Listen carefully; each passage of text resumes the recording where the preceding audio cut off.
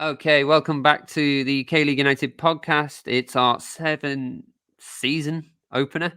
I was going to say season 7. Don't know why I said it in that order. Back for more are Paul Neat and Andrew Farrell, who before the break were helping to go through all 12 K-League 1 teams ahead of the 2024 campaign.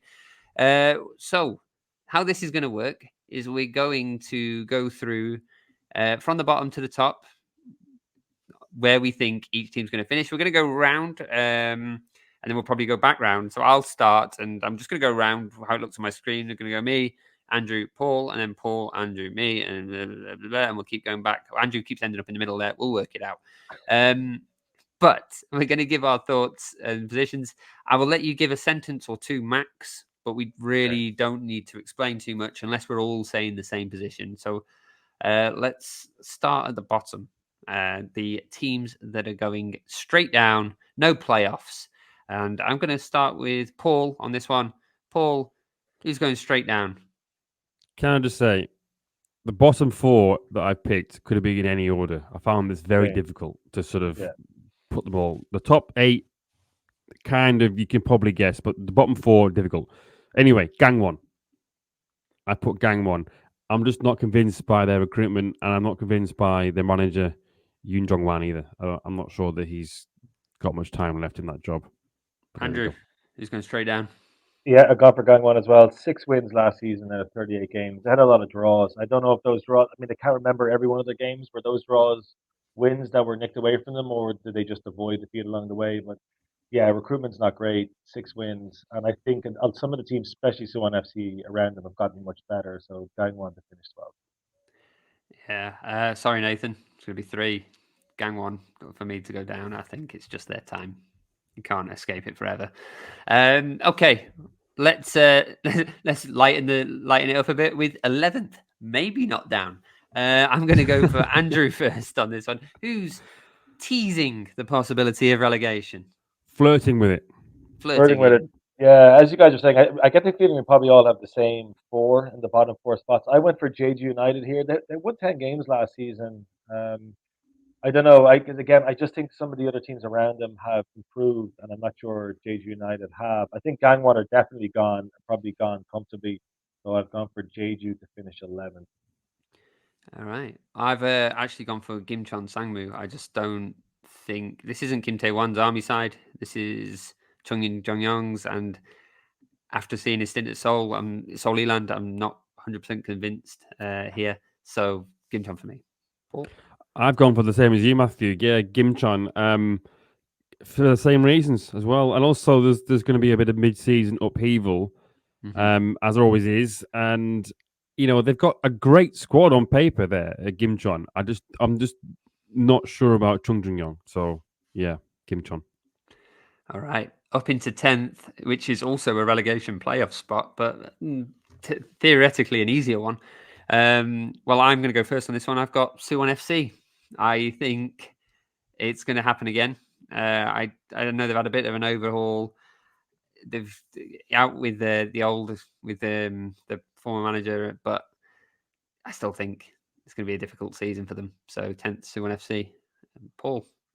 I've gone for the same. Yeah, Suwon FC. I think it's just first season for the new manager Kim Un Jung. I do think they have recruited quite well, and Kwon Young Won is a very, very smart signing, but I don't think he alone is enough to fix that leaky defense. And also the Lee Sung-woo saga seems to never go away. He, he's apparently staying now, but there's been links to Seoul Eland all winter, and it just seems like if Eland probably had more money, they've spent a lot of money already. If they had more money and more budget, they would probably have lured him there. I'm not sure. I don't know. Yeah. So Suwon FC for me, 10th. They'll probably survive, but 10th. Andrew. I've gone for Gimchan Sangmu here, which of course means I got Suwon to avoid a relegation promotion playoff game. Like you're saying, there's too much upheaval throughout the season, and recently some of the promoted sides have done well. It was certainly last season, Guangzhou finishing third. I think the gap between the bottom of K League One and the top of K League Two was pretty narrow. So I have Gimchan to just about slip at the 10th, and Suwon to finish above them basically. Well, then I probably should ask you who's going to finish 9th. Then is this going to be your Suwon FC pick, or is it somebody else, Andrew? It is Suwon FC. I think the recruitment is good, and they were fun to watch last season, but obviously they're conceding too many goals. And as Paul was saying, Kwon Gong Yuan, I think he is a good signing, and you weren't sure if Lachlan Jackson was going to stay around. He's there for another season. Maybe Ji Dong Wan is the guy to bang in a bunch of goals to help them up to the ninth spot. But Jung Sung Wan has come in from the Blue Wings, so I think they've recruited pretty well, and they've probably made the managerial decision that they needed to. So Suwon to finish ninth. All right, Paul, 9th. Who's dodging it? Gwangju. Yeah. So I just think they've had too many imported exits, as Andrew talked about earlier. And I also think because the manager, Lee Jong-hyo, is the K Mourinho, right? Well, he's in his third season now. You know what happens to Mourinho in his third season? It all goes to pot, doesn't it? So I just think ACL, I know the ACL comes later in the season, but I just think if you look back to what happened with Gyeongnam in 2019, sorry, they didn't have the squad depth to balance both. I know it's different now because the ACL has kind of played, much further in the calendar, but I don't know. I just don't think. I think they've lost too many players, too many important players, and I do think that his luck, the manager, will run out at some point. He's got a very big mouth, talks a lot, and he's going to get found out. I think. Perhaps. I think Champions League being so late in the season is going to, for the clubs that need a serious run in, like they probably all will because they're all Champions League qualifiers. But teams like Gwangju who get spread quite thin might come unstuck when they've got to start traveling everywhere. But I've not picked them for 9th. I've actually picked Jeju. I think they're going to be threatened by relegation once more, but should just have enough to stay in the top flight. I don't think this is 2020. I think, 2019 rather. I don't think they're going down, but I still don't think they're going anywhere good. In 8th, then Paul, I'll pass this one to you. 8th. Pohang Steelers. I just think too many players have left. And more importantly, Kim Ki-dong has left. Park Tae-ha hasn't managed at club level for a long time. And I just think that Pohang were sort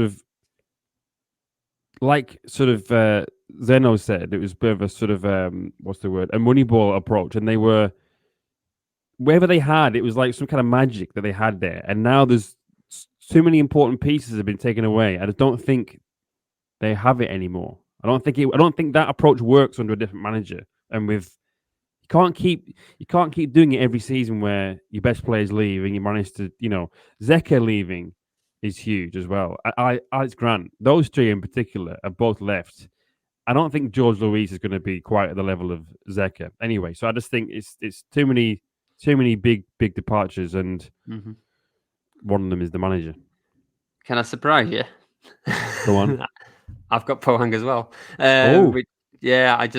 Same reasons. I just think a year of transition. They might be fine later down the line, but this is a year of transition. I just think they're going to miss out on the split, but they won't be troubled by relegation. Andrew, have you got Pohang this low, or have you got somebody else? I don't. They're close enough to that, though. I have Gwangju in 8th. Second season syndrome. Too many big players moved on in the wintertime. And yeah, again, I'm not sure how much of an impact the Asian Champions League elite will have on them because it's so far into the season. But I think last season was almost crazy. I think it's inevitable that there'll be a drop off this season. I don't think they're going to be in any danger of going down, but 8th spot for me. All right. Well, in 6th to round off the bottom half, then I've actually taken Daegu, and I'm still not sure why, other than I was trying to figure out who was the 12th team that I'd missed when I was making this table, and unfortunately, that's where Daegu are. So I think that's probably the best. That's probably the nicest way I can summarize my thoughts. I haven't considered them for the bottom or the top, so there they are in 7th. Andrew, where have you got 7th? I got Pohang, regrettably. Again, you guys have have pretty much all laid it out. They had 64 points last season. So even like a drop of 9 or 10, 3 wins, 4 wins, that will drop them into the bottom half of the table. Again, no danger of relegation, but they're going to be nowhere near the top of the table this season. All right. Paul, rounding off the bottom half. Incheon, I think they'll just miss out on the top 6 because Hernandez is gone and they haven't really replaced him. He was so good last year, and he was so good at just coming up with something from nothing, wasn't he? He scored the spectacular and provided them with that little bit of inspiration. It kind of depends on Mpoku. Mpoku kind of had to play a little bit second fiddle to Hernandez last year, and they couldn't really find his best position. But he'll probably play a lot more now that Hernandez is gone. So if they can get Magosa firing, Gerso continues his good form, and Mpoku can sort of show what he can do, they might get top 6, but I just think they'll just about miss out. Fair enough. All right, let's have a quick break, and then we'll come back after with our top 6. So.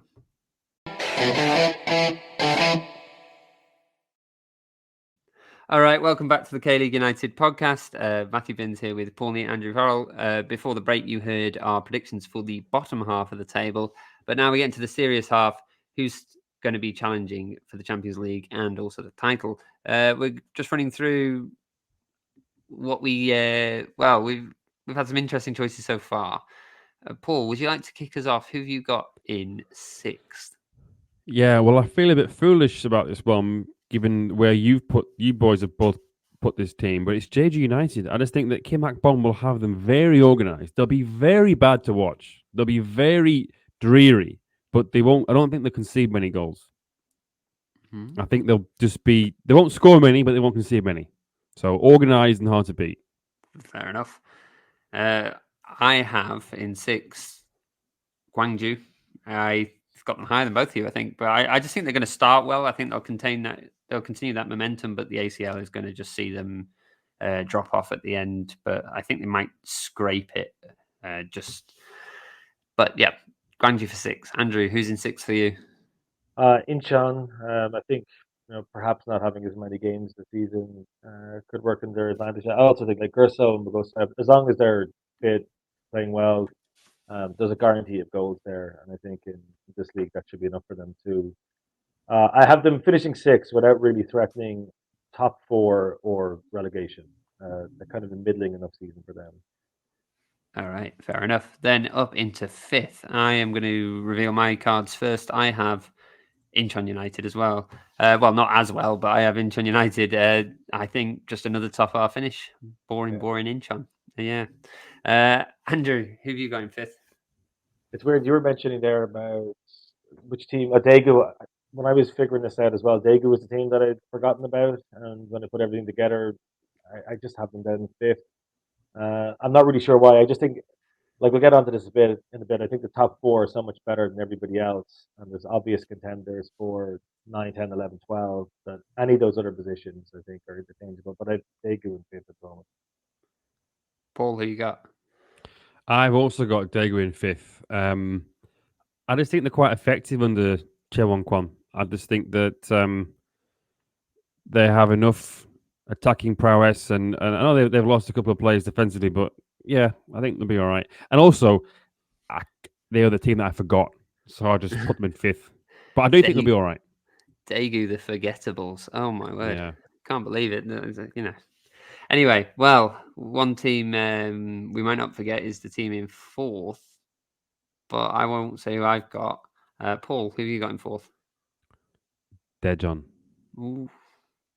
Shrewd business is all I've put in my notes here. Shrewd business. I think. But the thing is, though, I made this list before Cho Yu-min left, and he is a massive loss to the point where they'll have to change how they play. The managers talked about going back to a back 3 now. They were going to have a back 4 and play out from the back and move away from the counter-attacking style that they had last season, because they feel like to be a sort of an established team in this division, they have to be sort of more proactive, take possession and try and dominate games.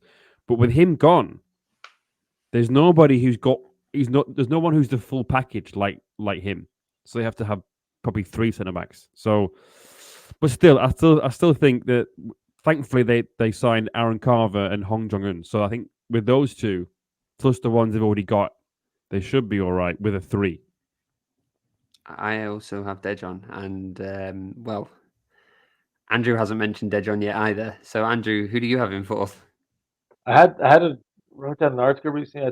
For K League United when the fixtures were announced. I thought they're looking like they might have had the best winter. I know things have changed a little bit since then, but yeah, Dejan for fourth. I think they're going to be thereabouts this There season. we go. I think they're going to push Seoul and Jumbo pretty close as well. I think it's going to be pretty exciting for a top 4 this season. Paul, but you get your passport sorted. You're off to ACL2. Get them, There we go. Happy days. Paul, not that it matters now about the rest of them, but 3. Who's coming in third? Okay, you ready? In third, I have Ulsan HD. Because I just think they haven't strengthened. Their squad is not better than last year. In fact, it's probably marginally worse.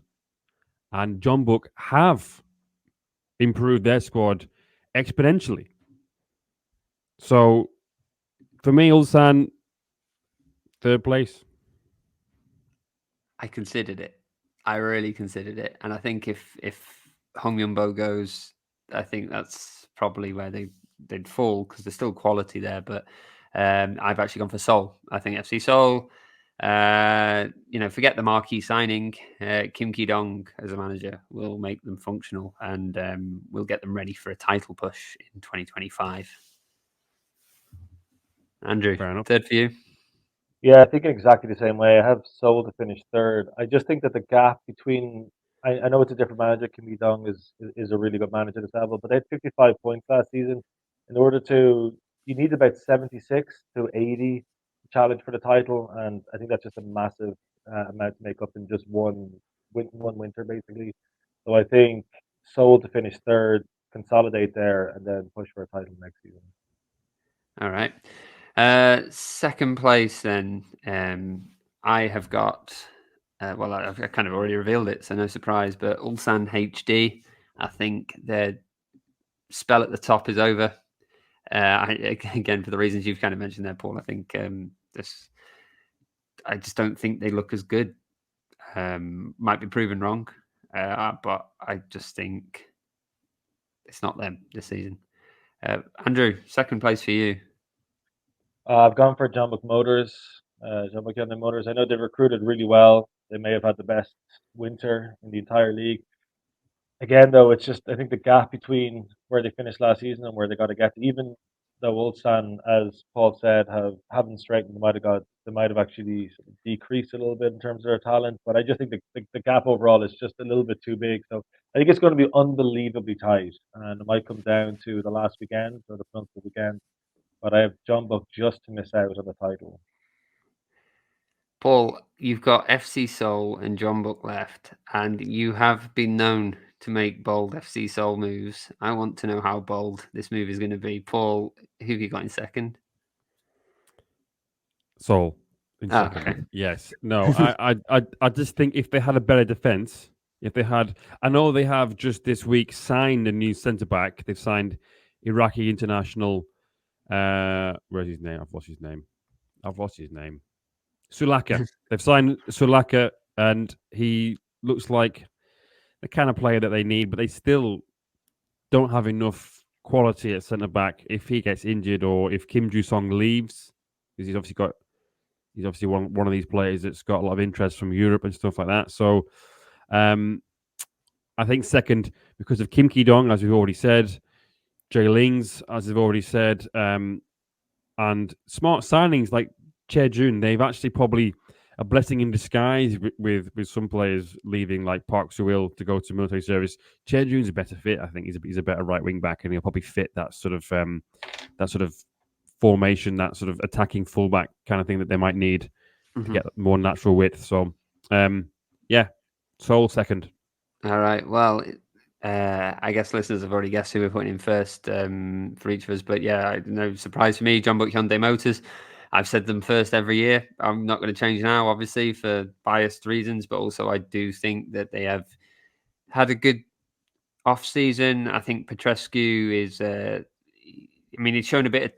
I think their recent showings. You can't base the season off 2 showings in the Champions League, but I think those 2 showings against Pohang, while not the greatest performances in the world, they were solid performances. And again, Pohang maybe changed a little bit, but I think it was a good indication of what to expect from John Book. I think Dan Petrescu with a full season might get his methods across, and mainly because I think Ulsan aren't as good and Pohang's fallen away, that this is John Book's to lose. So, Andrew, first for you. I think Ulsan are still the best team in the league. I think they have the best manager in the league, possibly the best manager in the league. They have the best. They got the best team in the league, and probably have the best squad in the league. So I have them to finish first. But the other thing is, just again, they finished about 20 points ahead of John Buck last season. And 2 teams that finished second and third, I don't think are going to challenge them at all this year. I just think those gaps are too big to make up in one season. But I'd imagine, I have a feeling it's going to be really, really close. And next season could be when we see the changing of the guard at the top of the table. And also, they got Gosung Bomb to pass the ball 1 yard 500 times a game, just to kind of bore the opposition to death. So I have Ulsan to finish first. All right, and Paul, Well, round it off. Yeah, John Book. I just think they've won the transfer window. Definitely, it's a John Book squad now. Again, it's finally a John Book squad. I don't think we were able to say that last year. I'm just looking at their incomings again, because every time I look at their transfers in, it's just like you forget. Oh my god, they got him as well. Like Thiago, obviously, and Hernandez. They played together before. They've shown that they can do it at K League 1 level. Young Jae's a great signing. Kim Tae-wan's a bloody good signing as well. Kwon Chang-eun's a bit of a gamble on a 1-year contract, though. In terms of his fitness, a bit of a gamble, but surely he'll come good. EJ is a very smart signing at centre back. John Byung-gwan is a good option for under 22 as well from Daejeon. So every week it's like, oh, they're signing somebody else good. It's like this is ridiculous. Like this is the Jumbo squad that we kind of saw when Adriano was there. Remember that sort of transfer window? They're just like every week it seemed there's somebody else, like a proven K League 1 name had gone through the door there. So yeah, unbelievable transfer business. And now I suppose you could say that Petrescu hasn't really got any excuses not to sort of get this team performing. No, full season, massive transfer window. Definitely, he has to succeed. I was going to ask you that then. If that's given everything that Paul said and what you said yourself, man, I know they knocked Pohang out last night, Champions League, but does he have much room? Does he have much credit in the bank if this doesn't start well? Like, how long would you give him if it didn't start well for Jumbo? Oh, it's difficult because, I think he would get less credit than Kim Sang-sik, which seems a bit odd. Kim Sang-sik had a lot of loyalty from his playing days and had been with the coaching staff. I think depends how bad it is. If it was as bad as last year, I think the summer. But I think if he's still in the top 4, come about 3/4 of the season, they'll see it out. I think Champions League. Champions League, winning the Champions League is the only way they're going to qualify for the Champions League for next season, really. So I think if he's got to win something. I don't think the FA Cup would cut it. Although any trophy would be good. Obviously, I'm not going to turn my nose up at anything as a fan, but he's got to win something. I think the league he's got to win back. So I would say finishes second, third. It'd probably be forgiven, but I think also he might not want to. It depends as well. He might not want to stay for that long. Who knows? After 1 year, it'll be a year and a half come the end of the season. If he's not achieved what he wants, if there's pressure from the fans, he might just say, you know what, forget it. So, a difficult one to answer. I don't think he'd get as long as Kim Sang-sik got. Though, if results went that bad. Okay. Yeah, I don't know. A little bit of bias on my part, but it is going to be an interesting season. It is going to be, hopefully we're going to have some stories to tell come the end of it. The season kicks off on March the 1st, national holiday here in Korea, for those wondering why it's so early on a Friday. But yes, lots of games in action. We are also going to be having a preview podcast for the K-League too, so don't worry, the party hasn't gone anywhere. It's just going to be in another episode. And we will be following up with match day 1 previews ahead of the first round of fixtures. So lots to look forward to before the season officially kicks off. Of course, if you want to hear even more, you can do so. That's over on patreon.com/K-League United. Before this podcast, we recorded a mini episode behind closed doors where we talk about a number of things to discuss watching games during the COVID pandemic and also give our thoughts on the best stadiums and best cities and which have both and, well, maybe which don't. Who knows? You can also listen to Paul and I's various car park recordings from the off season. Don't need to really go back and listen to them, but they were fun to do. And so you can also listen to them. Plenty of exclusives over there. It's also where we'll be putting all our mix zone interviews, unedited, fresh from the games. So you can catch all of them there. And there'll also be analytical pieces and things as well as the season goes on. So you can tier start as low as $3. Also, you can catch us all on social media, all at K-League United, Twitter, YouTube, Facebook, another one, Instagram, that's it. So go and have a look over there. But as for myself, Paul, Neat, Andrew Farrell, K-League's back. Thanks for listening.